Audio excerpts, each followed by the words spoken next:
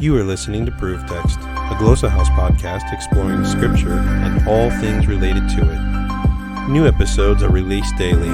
For more information, check out glossahouse.com and subscribe to our channels on Spotify and YouTube. Welcome and enjoy. All right, I want to welcome you back to Ephesians Greek reading group. We are continuing in our look at Ephesians, and we're nearing the end. I've been working through Ephesians now for a couple of years, this Greek text, and it's kind of nice to see that we're gonna be ending it. I'll have to figure out how many videos there are and make those available as a set.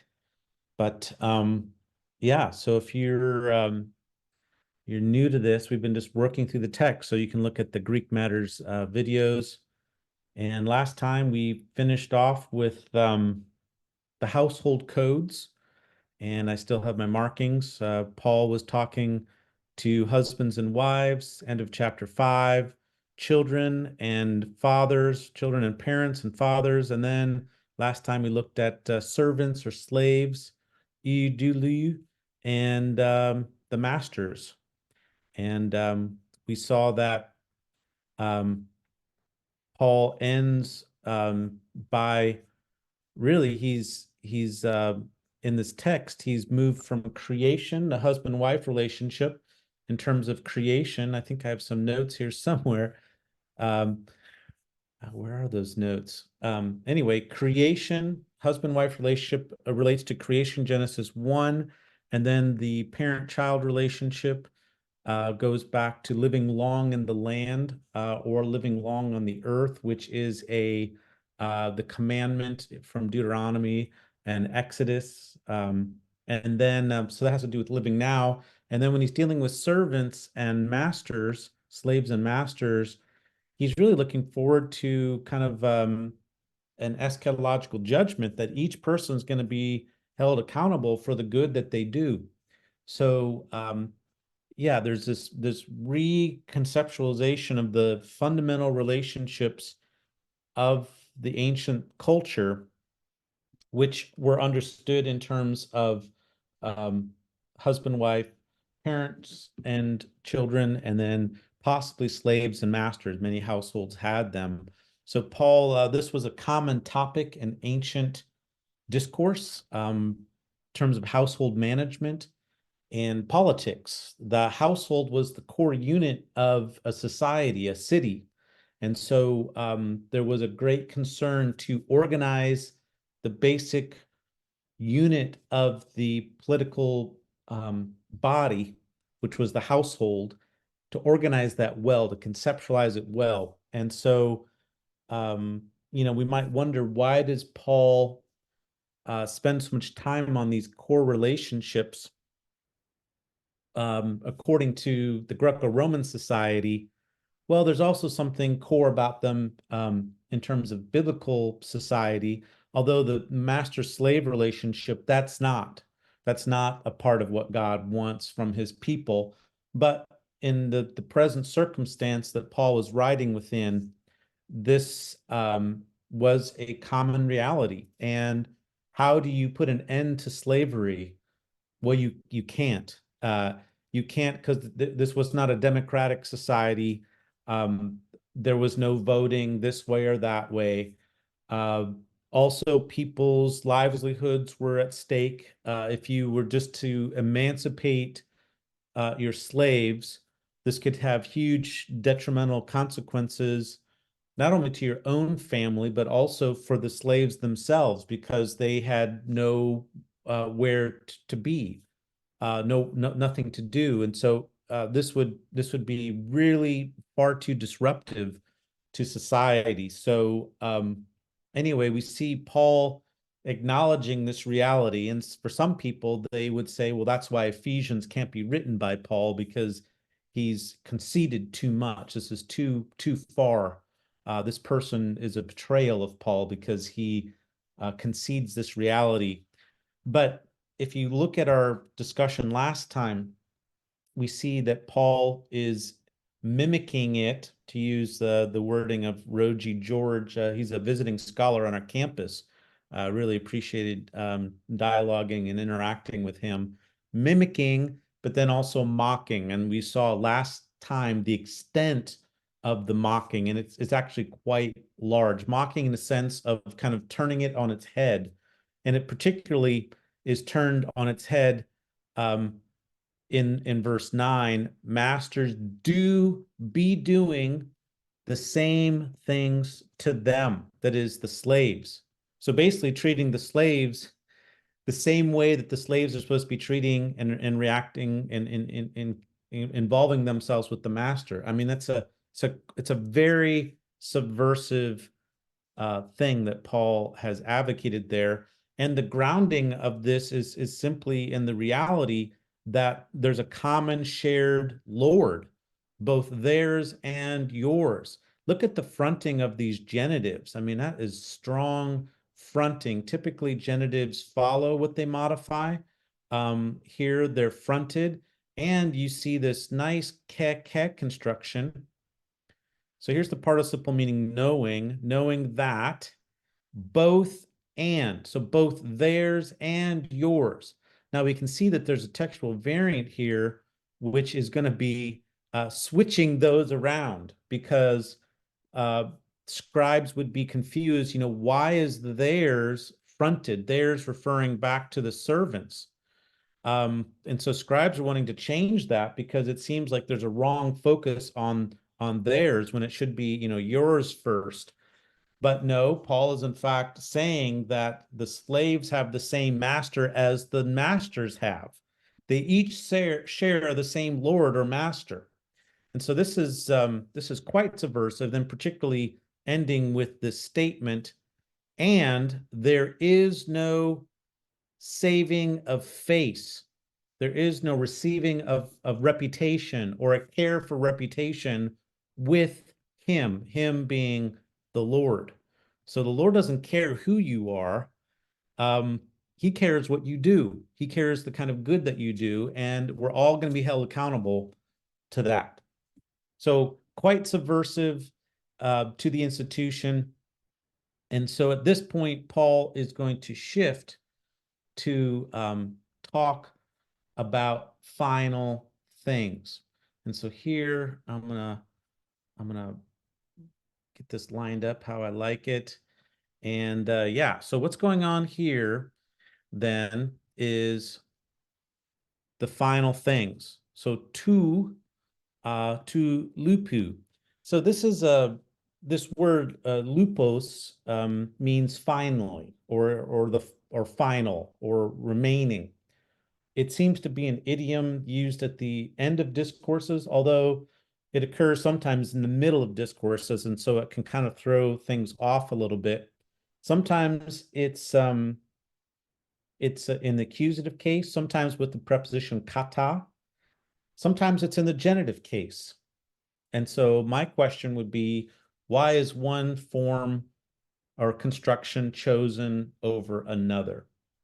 This is in my thinking the last decade or so. I've been thinking of grammar in terms of constructions and options, and I've been trying to work this out as a broader system of thought, and presenting papers on this, and hopefully eventually a publication of this. So why the genitive? Well, the genitive is a case of description versus the accusative, which is a case of extension.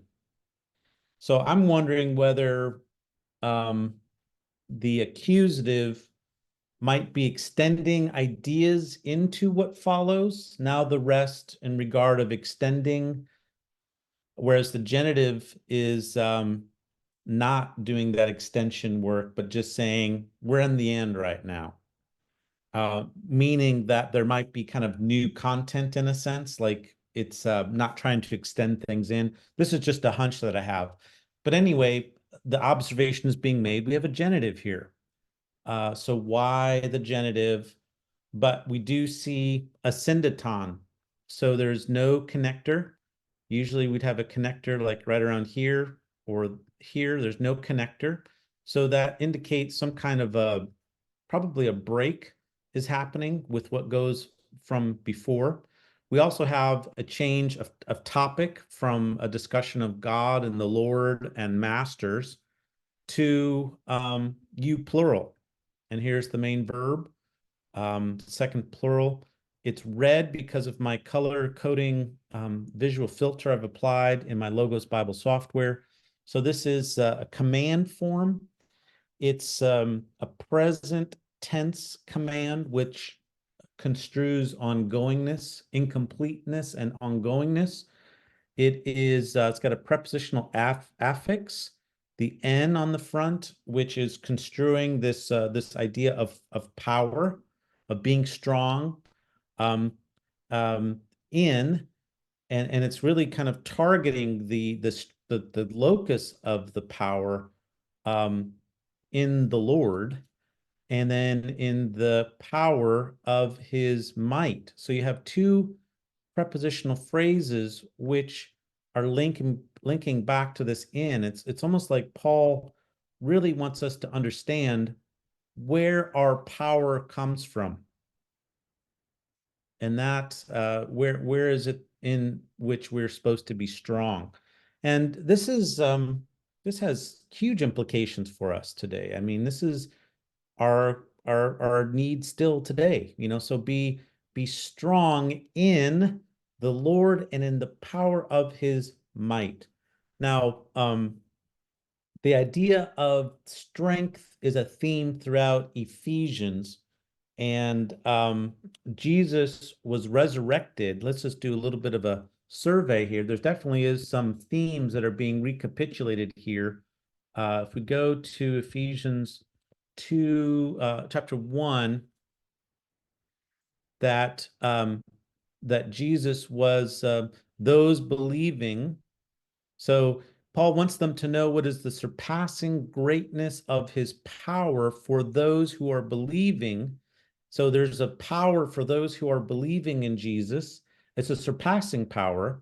And this power is in accordance with, and then here you have a piling up of three power words: the energy of the power of his strength, or the might of his strength. So you have energia, kratos, and iskous. So you have these different words for power that are being piled up here. So, and this power was displayed in Christ Jesus. So which he worked in Christ Jesus. Now, how was it worked? How is Paul explaining this? Well, there's these two participles. This power was manifested in Jesus in that he was raised from the dead, step one, and secondly, seated at his right hand, far above, and he's far above all rule and authority and power and lordship and every name being named. I mean, this is a great exaltation event that's happened, and this is for the benefit of the church and establishes Jesus as the head of the body of believers. And so this relationship of head body is found throughout Ephesians as well. Now, another significant verse that has to do with the power of God in the life of Jesus is found in chapter 3, 1 through 13. And if you go back to our study of those verses, I'm pretty sure I showed you a chiasm, and in the middle of the chiasm is the giving of God's grace to Paul. So the grace of God given to me, then here's the other side of that. To me was given, there's the verb didomi. So didomi appear, didomi was given the grace. So grace given to me was given the grace. The very middle, though, right in between that, is the working of his power. So the working of God's power in the believer's life is we cannot underestimate that. We cannot undervalue that power. And Paul is wanting to convey that. And so at the end of Ephesians, as he's concluding the discourse, he is in fact calling forth to be strengthened in the Lord in the power of his might. Now, this raises the question, well, how do we do that? Like, how is this something, we're commanded to do? We're commanded to be strong in the Lord. How are we how are we to do that? Well, notice that uh, the next sentence has no connector. There's no connector right here. I would expect, therefore, or a there, or something like that. So once again, we have a syndeton. So we have a syndeton, which I can mark with this little null marker here. There's a syndeton. So what does the syndeton mean? A syndeton can indicate parallelism. It can indicate a big break. I don't know that we have parallelism here. One of the situations in which a syndeton is used is when there's no connective, no conjunction that can mark the relationship that exists. And so Stephen Levinson, who's a pragmatist Bible translation guru, consultant, and really a whiz with Bible translations, he argues that it can be used in contexts of moving to like an evaluation, or a move from general to specific. And there's a couple other things that I list in my Koine Greek grammar, summarizing the discussion of a syndeton. I'm wondering if you don't have here a move from general to specific. So you have a general category of be strong in the Lord and the power of his might. And of course, the big question is, how do we do that? What do we do? Well, Paul begins to explain that in what follows. So in all that follows is a particularization. So this is the general idea, and then in what follows, we get the particulars of what that looks like. So if I were doing a segment survey of this material, and I just was teaching inductive Bible study to our postgraduate students, giving them a little orientation to that, I would say that this is a generalized statement that is particularized in what follows. And this is important because it only underscores the significance of this armor that is going to be describing in detail what it looks like to be strong in the Lord. Okay, so put on the full armor of God. Okay, so another command form. This one is aorist. Okay, so we it's second plural, it's aorist, so it's not something that is being construed as like continually needing to put it on. It's viewed as a whole. So the event of putting it on is just viewed as a whole entity. Like, this is something we're supposed to do. I guess we're always supposed to be wearing it in a sense. Yeah. Okay, so someone does make a note back about tu lupu, that BDEG says the tu lupu normally means from now on in the future, as Paul uses it in Galatians 6:17. Yeah, but then in 6:10, BDEG, our lexicon, says finally bringing the matter to a conclusion. Yeah. Yeah, so there is some interesting stuff here for us to think about, going back to that point. Okay, so put on, this is a term of dressing. So we're donning this armor, and it's the full armor. It's the panoplia. Pan is construing inclusive scope, and the opleon has to do with the armor. And God is, this is the ownership. This is God's armor that we're putting on. Now, there's a purpose construction here, and I'm going to do a little bit of semantic diagramming. that is layering what modifies what. And so this is a purpose construction here. This is prosto dunaste umas stene. The preposition with the accusative case subject of the infinitive, this is construing purpose. Okay, so this is a goal right here. So the means of the purpose, the means is wearing the armor of God, and the goal is stated right here, to be able to stand against. And then here we have the object of the standing against, namely the methods, the schemes or methods of the devil. Now, what methods are these? What schemes? It's in the plural, so that's significant. From my experience, the devil doesn't just use one tactic, he uses many tactics.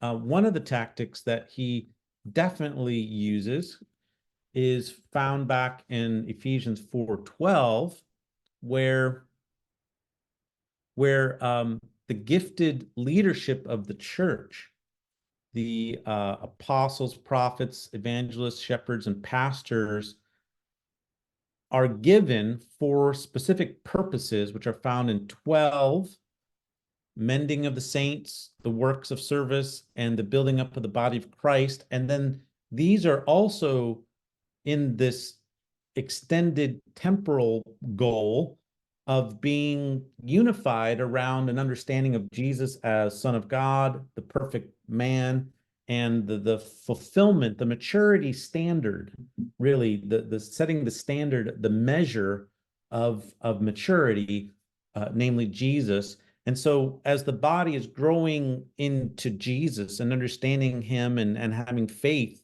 in him in all these capacities, this has a negative purpose, that is a purpose in order that something wouldn't happen.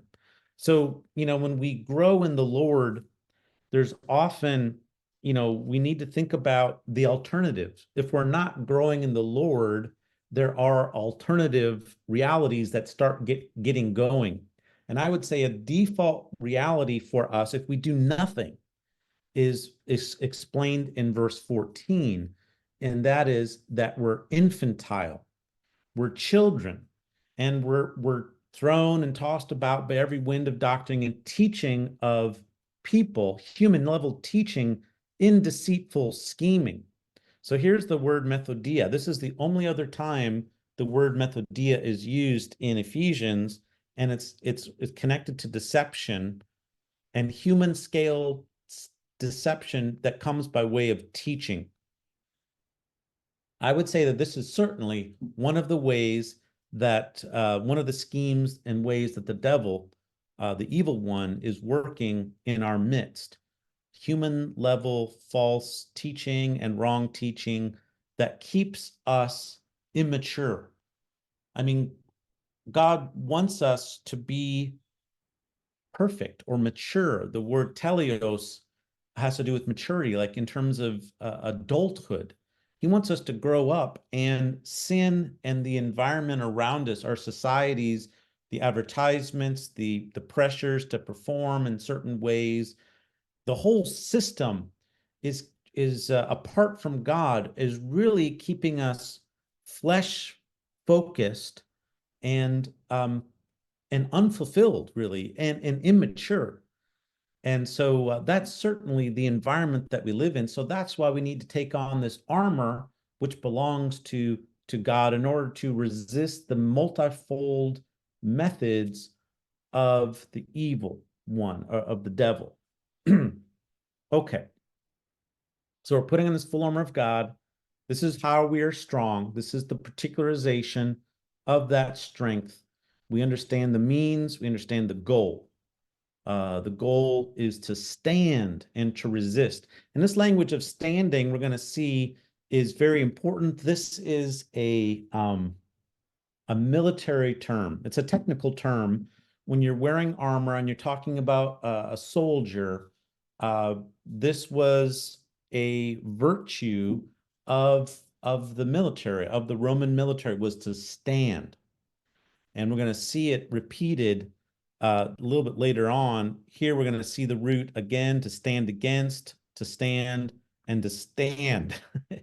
And so I'll have a little bit more to share there. I don't want to spoil that, but in just a moment, I'll share something there that will make even, I think, put that into even more context.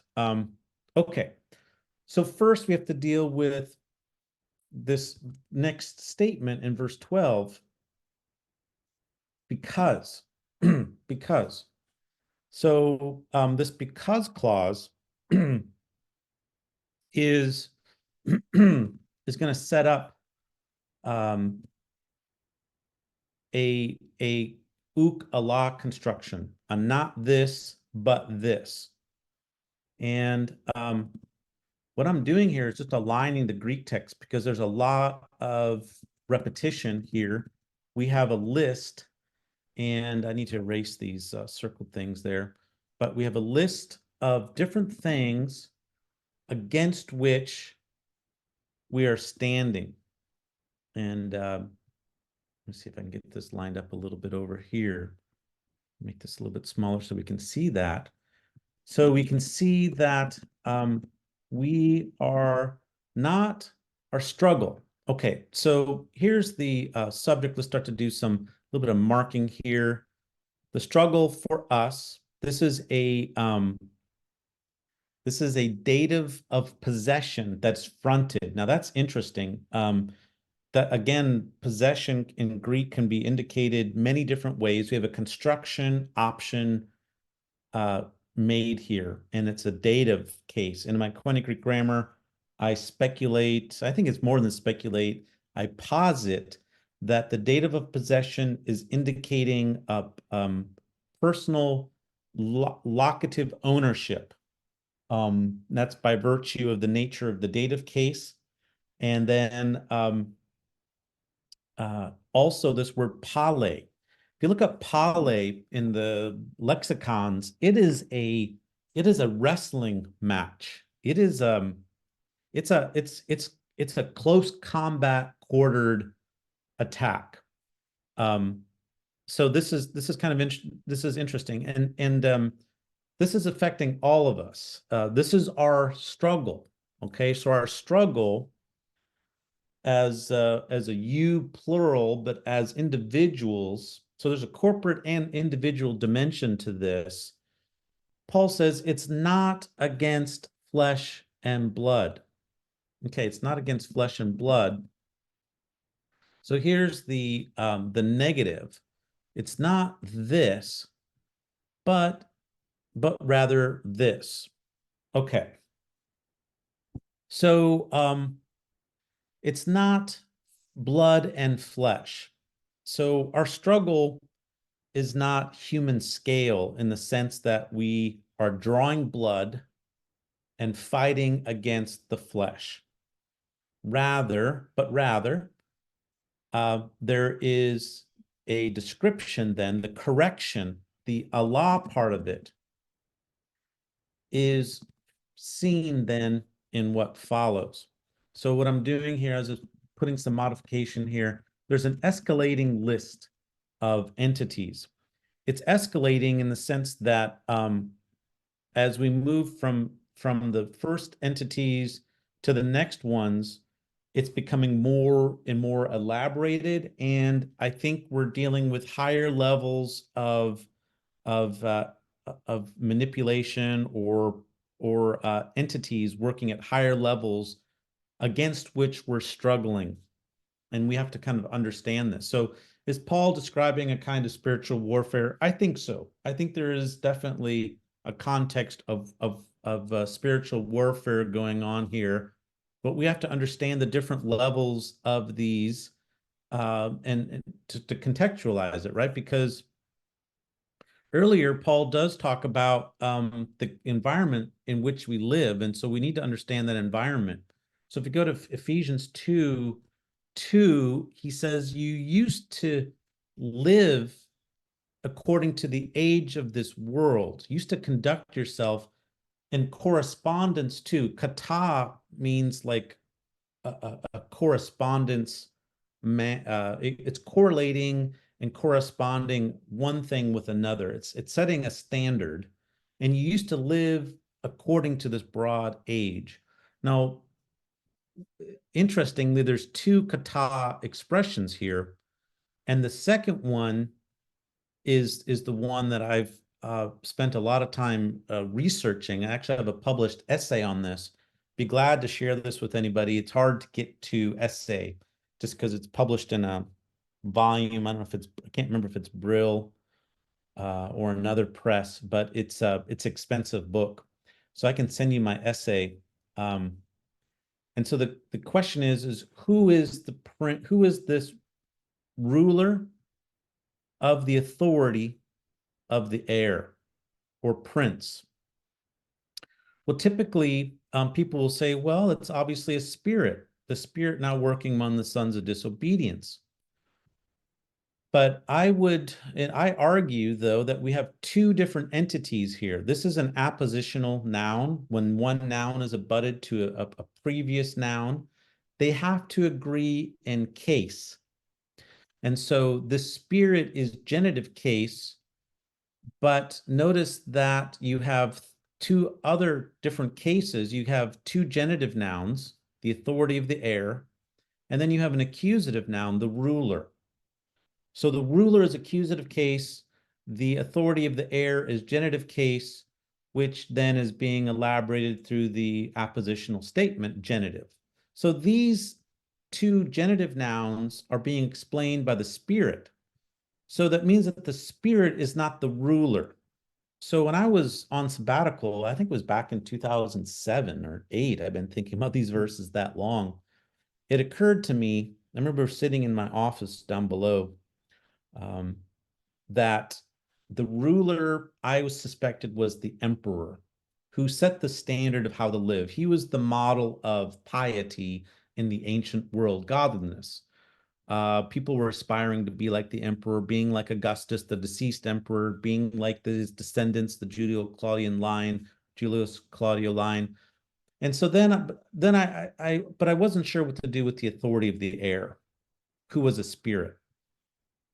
But then I began to realize and found as I researched that behind the emperor, so the emperor is human scale, the mediator of the gods and humanity, that the God that was preeminently above the divinity or God or entity was Jupiter, the god Jupiter or Zeus.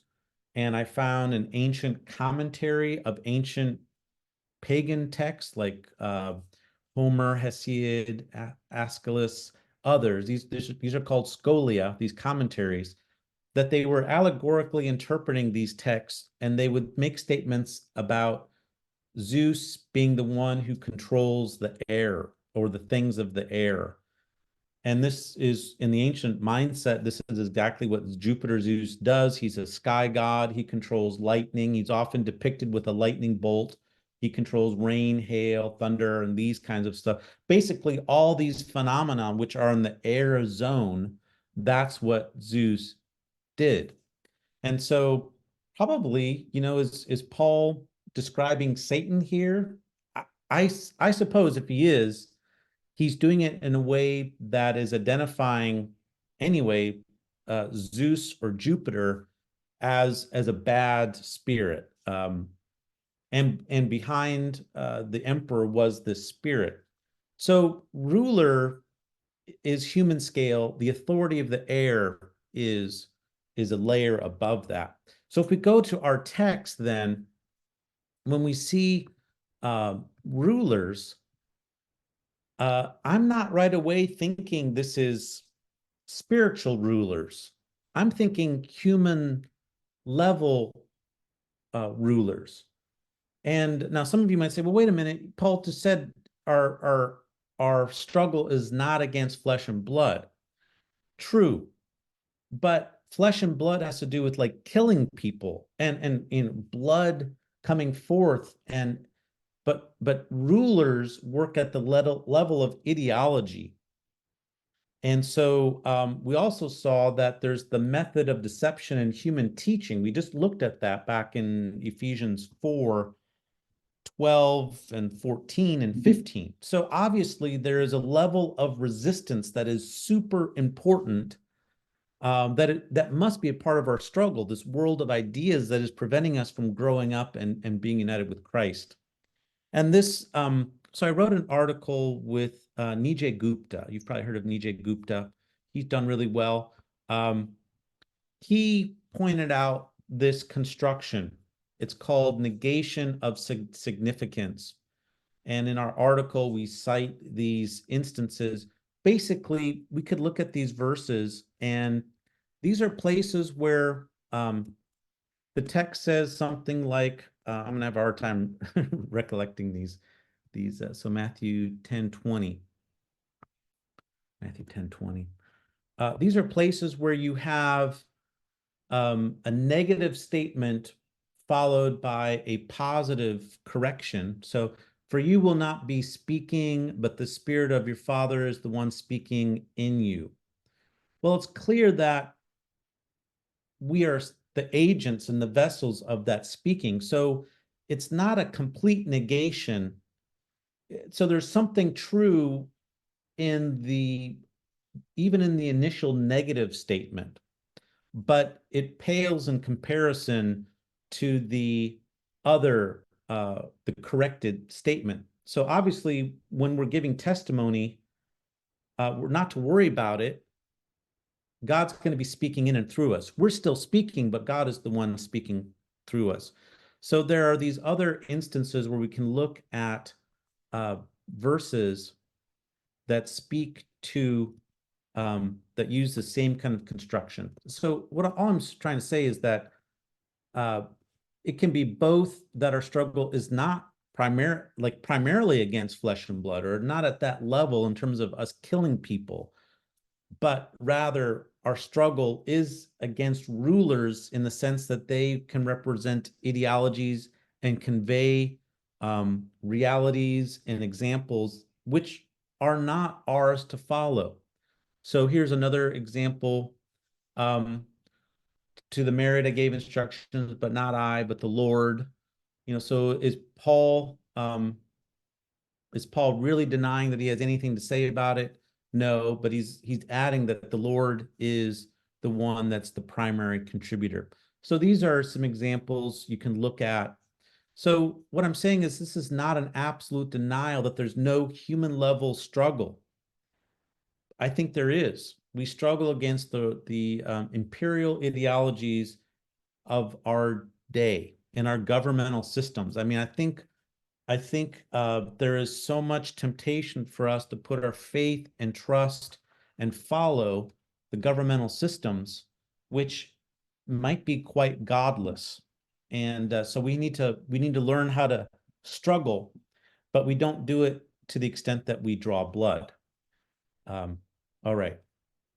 So, and we also, need to be careful about how we do this. And so those living in colonial settings know that, they got to be very careful how to resist their governmental structures. I mean, one of my doctoral students is living in Asia, and I won't even specify which one, but he wrote his dissertation looking at the political topoi of honor shame across Ephesians, and he didn't want it to be released because he is teaching in a way that will impact Chinese students, and he didn't want his thesis to be impeding any of that, because it has implications for how Christians relate to the governments around them. Okay, so authorities. This, I'm thinking, is a layer above human level rulers. We have the cosmokratoras.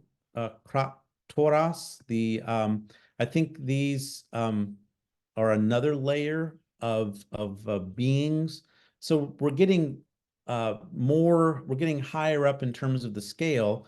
And then we have the spiritual beings of evil, the spiritual things of evil in the heavenly realms. Now, at this point, we're not even sure what these are. There's a construction here that it's called a nominalization. Well, I mean, it's an adjective, pneumatikos, which is put into the neuter plural, and is making this kind of like an unspecified, whatever these things might be. But we do know a couple things.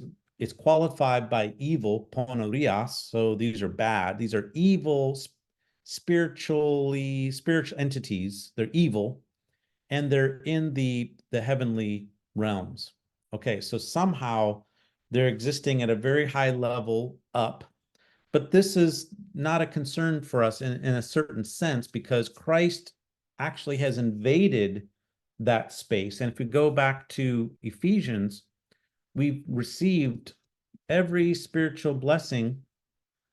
God has blessed us with every blessing spiritual in the epuranius, in Christ. So we have every special spiritual blessing. So these things can't affect us in a way, especially if we're wearing God's armor, right? If we're wearing God's armor, we're able to resist these things. But this is the nature of our battle. It's a very serious battle that we're engaged in.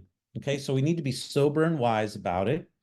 And yeah, how do these things come at us? I mean, we could probably talk about it, different levels that we need to keep resisting the evil one and the methods that he uses.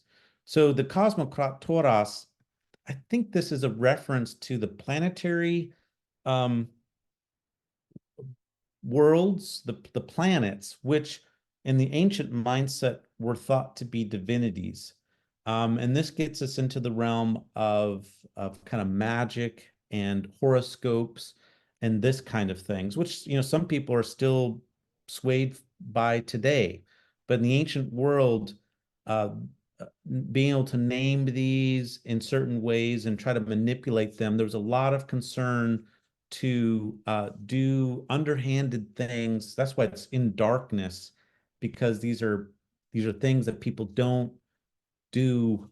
They weren't sanctioned to do, and really that's all that magic is magic was unsanctioned religion, often using the same kinds of appealing to the same kinds of divinities as the proper religion, although they did appeal to more of the dark underworld divinities, um, Neptune and Hecate and other divinities of the dark, Pluto and other divinities of the dark realms. Okay, so we have a real struggle, and so this is providing a substantiation. This is why we need to put on this armor, because we have this real struggle. On account of this, so here we have a pseudo connector in a sense. The diotuto is acting like a connector. It's drawing an inference by way of this specific referent. Tuto is referring back to this reality that has just been talked about. In a sense, it really it's generalizing what has just been said. On account of this, put on, here's a command form, aorist active imperative. We have a second aorist verb, lambano, with ana, meaning up or, kind of take up. So second plural, we're taking up the full armor of God. So now we're kind of back to what he started out with, is that we need to wear the full armor of God.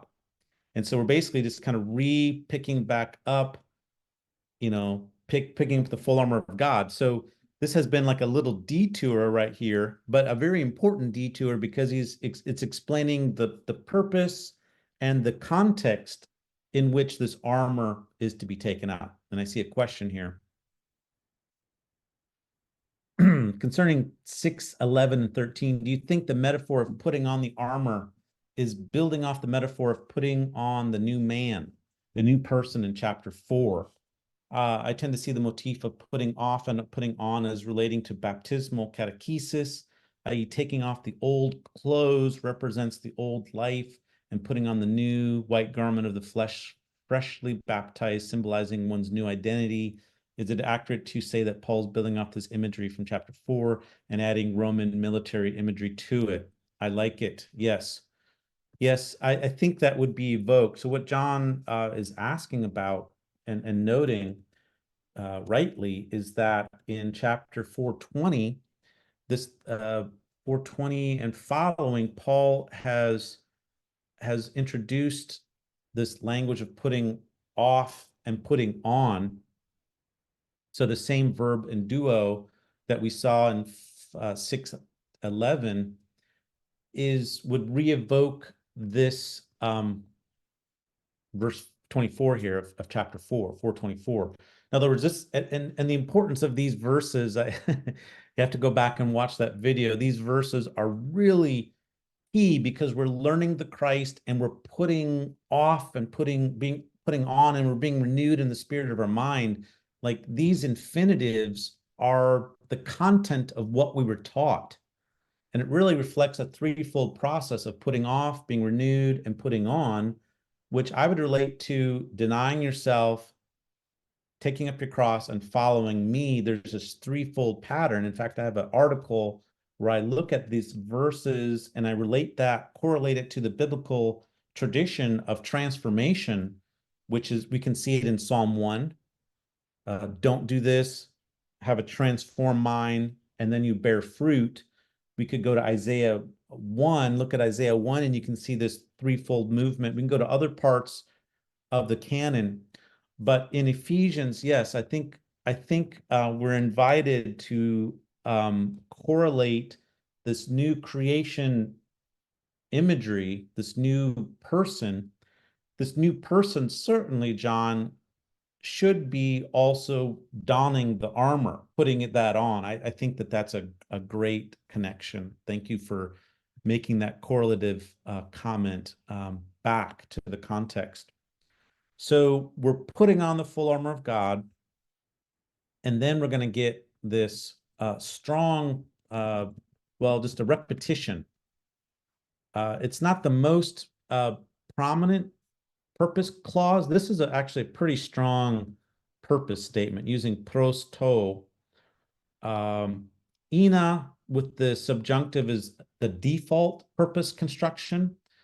So it's not more prominent than that one, but there is this we're going to see a repetition of standing in the day and having done everything to stand. Wow. So resist and then to stand. We've got to break this apart here a little bit. Wow. Yeah, this is an amazing construction. So what's happening is that we're putting on this armor for an express purpose of standing against, resisting in the evil day. Okay, so whatever day that is, we know there's a lot of evil. We're having a repetition of evil and darkness. And all this is part of the methods of the evil one. And we're to resist in that evil day, which, when is that? What does that day look like? It's kind of interesting that it is just generally called an evil day. Now, there is some extra stress on this part of it, because of the second attributive position. So by repeating this article, this makes the evil even more prominent as a qualifier, modifier of day. So that's definitely stressed, the evilness of that day. So and then we have this kind of weird a qualifier, a pre-nuclear participle, procedural, I would say. It's directly abutted. So this is people call this a adverbial. I'd call it a circumstantial participle. It's directly abutted. to the verb to stand, having done everything. And there's a lot of stress here. This should have some gray highlighting to indicate quantitative stress, having done everything. And it's not just panta, there's actually an additional marking, apanta, everything to stand, having accomplished everything to stand. Like, in other words, we're really digging in here to resist, to stand against. This verb, stand against, is the anti is to stand against. So once again, this is the goal, and the goal is accomplished by the means, which is wearing the armor. So that this armor is absolutely necessary as the means, and then this goal is elaborated. There's a twofold. There's two parts of the ability, being able to resist in the evil day and to stand. And then the standing is qualified by this. I need to move this over because that's where this belongs. Because it's lined up, and this with these two infinitives go together, and then you have this. It's really ramped up by this unnecessary statement here. This is not necessary to add that. Really just indicates that there's a lot of effort. Having done everything, like that's how seriously we take this. We resist in the evil day, and we do everything we can to stand. Man, this is, could be a little bit triggering for me because we have life experiences where, man, things are thrown at us. Now, when is that going to happen? How does that happen? Well, all I can say is that it does happen. And all of us can testify to how terrible life circumstances can be beyond our control, And so we don't know when that's going to be. We just have to be ready by wearing this armor. Okay, so a lot of repetition on this root to stand. Here it is. We saw it up above, to be able to stand. And then Paul's going to pull back and start to, here's the main verb again. He's going to start elaborating. So therefore then, so steta. This is the root again. Istemi, to stand. Now I wanted to share something about this idea of standing as a military concept in Cicero's De Legibus. I'm not sure that's the right title, but on the laws. I think it is De Legibus. He talks about setting up the ideal state, and the ideal state should be formed with proper religion. And he talks about setting up temples and cults, and certain cults shouldn't be set up if they're dedicated to vices. No, traditional gods, certainly. And then, rather than setting up cults to vices, we set up cults that engender virtue. For example, stobere, which is to stand. I think that's the right Latin. Basically, he says we could set up a cult to standing because this encourages the virtue. And I think he's speaking in a military context. So it's kind of remarkable as he's kind of talking about the ideal state that he says, let's set up a cult to stand.